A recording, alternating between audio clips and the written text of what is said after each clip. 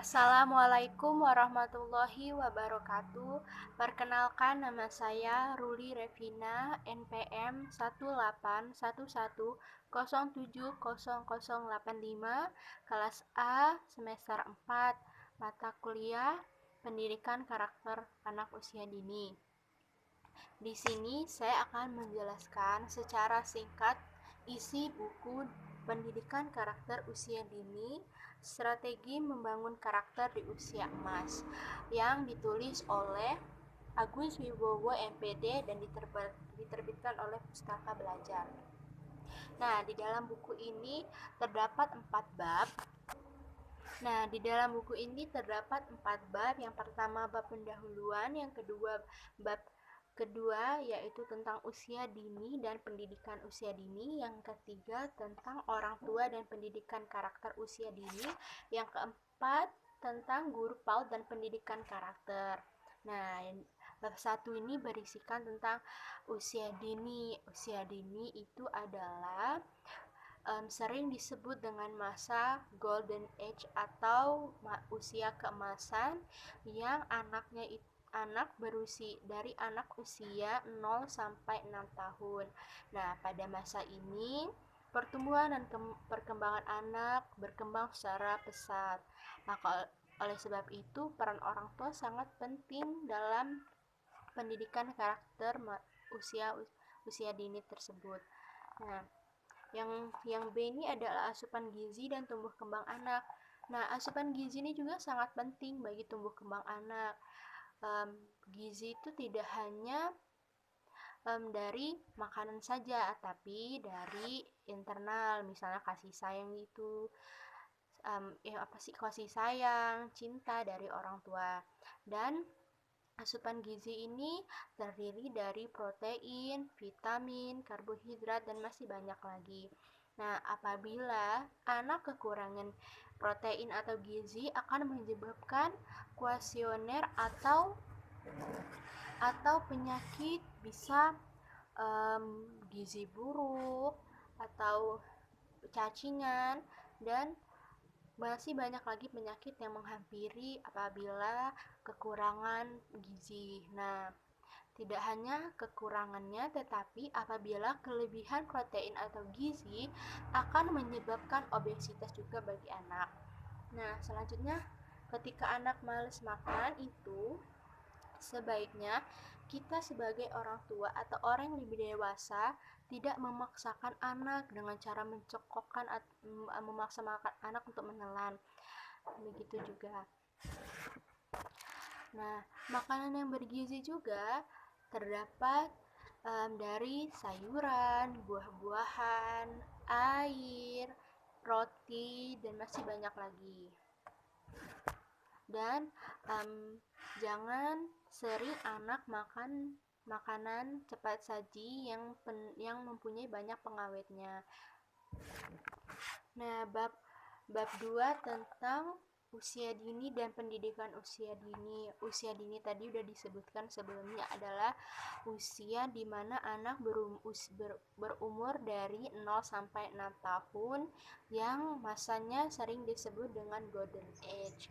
Nah, pendidikan usia dini adalah jenjang pendidikan sebelum pendidikan dasar, yang merupakan suatu upaya pembinaan yang ditujukan kepada anak sejak lahir sampai dengan usia 6 tahun, yang dilakukan melalui pemberian rangsangan pendidikan untuk membantu pertumbuhan dan perkembangan jasmani maupun rohani, agar anak siap melanjutkan pendidikan yang lebih lanjut yang diselenggarakan pada jalur formal, non-formal, maupun informal.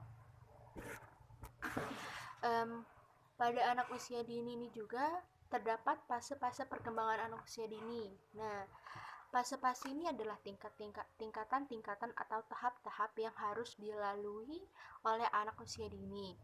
Nah, perkembangan anak usia dini ini tidak hanya meliputi kinerja otak saja, tetapi ada 6 aspek usia dini yang wajib yang harus dilalui anak usia dini, agar anak usia dini itu memiliki kesiapan untuk hidup yang lebih ke depannya lagi.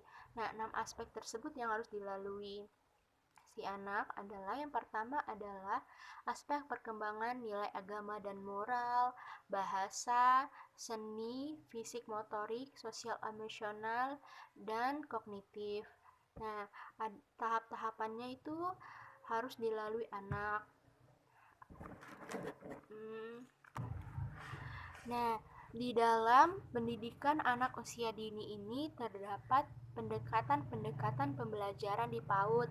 Yang pertama ada pendekatan Montessori, yang kedua ada pendekatan Bank Street, yang ketiga ada pendekatan Hexcoop, yang keempat ada pendekatan kurikulum kreatif, yang kelima ada pendekatan project base, yang keenam ada pendekatan BCC atau Beyond Center and Cycle Time, yaitu ada 6 pendekatan yang digunakan dalam pendidikan anak usia dini.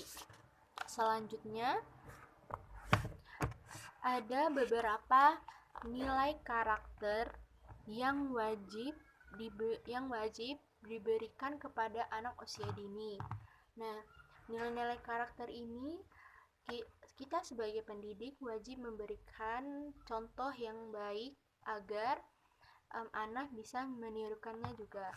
Nah, saya akan menyebutkan nilai-nilai pendidikan karakter bagi anak. Ada religius, jujur, toleransi, disiplin, kerja keras, kreatif, mandiri, demokratis, rasa ingin tahu tinggi, semangat kebangsaan, cinta tanah air, menghargai prestasi, bersahabat dan komunikatif, cinta damai,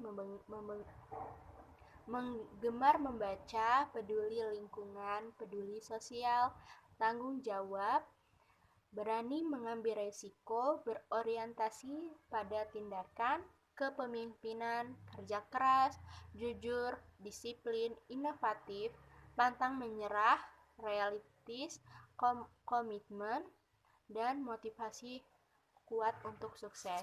Nah, nilai-nilai karakter tersebut wajib kita sebagai pendidik untuk memberikan contoh, memberikan arahan untuk anak agar bisa memiliki nilai-nilai karakter yang tadi saya sebutkan.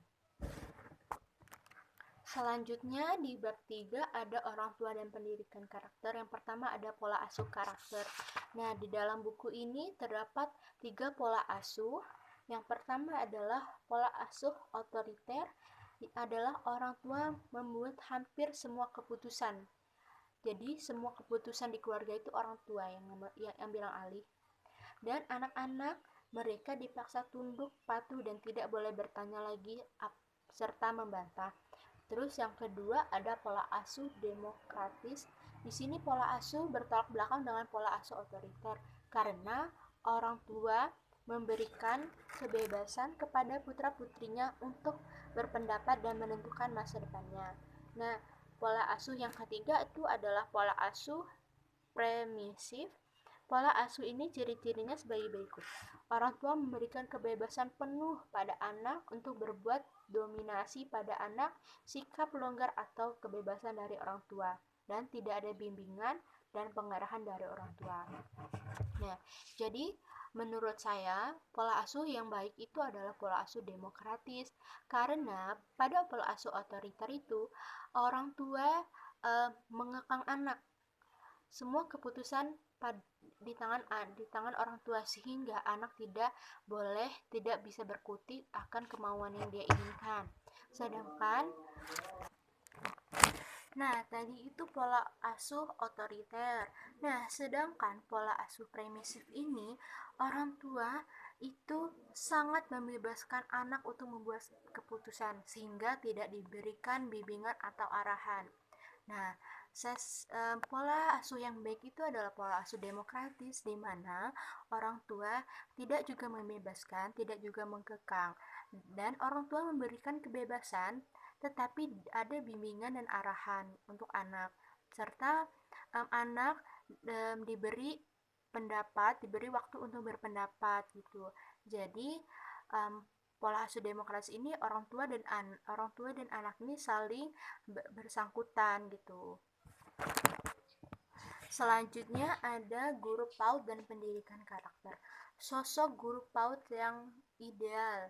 Dalam buku ini banyak sekali menjabarkan tentang bagaimana guru PAUD ideal, karakter yang harus dimiliki, sikapnya, serta ciri-cirinya.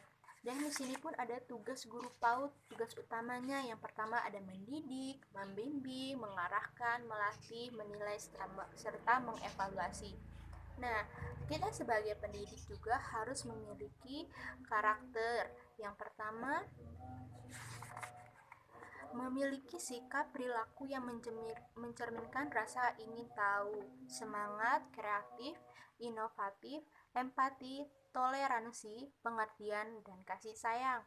Guru PAUD harus bersikap fleksibel, mampu membina hubungan baik dengan semua pihak, memiliki rasa percaya yang tinggi, mempunyai kemampuan untuk melibatkan setiap anak dalam setiap kegiatan yang terjadi,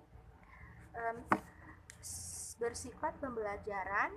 Guru PAUD harus mampu berpikir kritis, hangat namun menyejukkan, tidak takut mengatakan bahwa ia tidak tahu, karena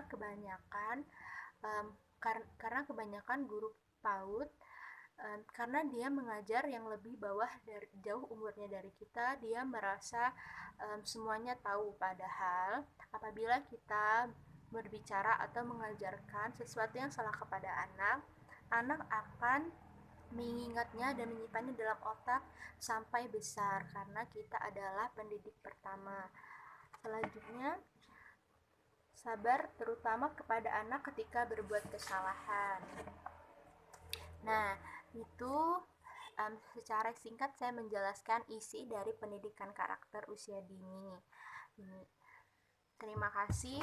Assalamualaikum warahmatullahi wabarakatuh.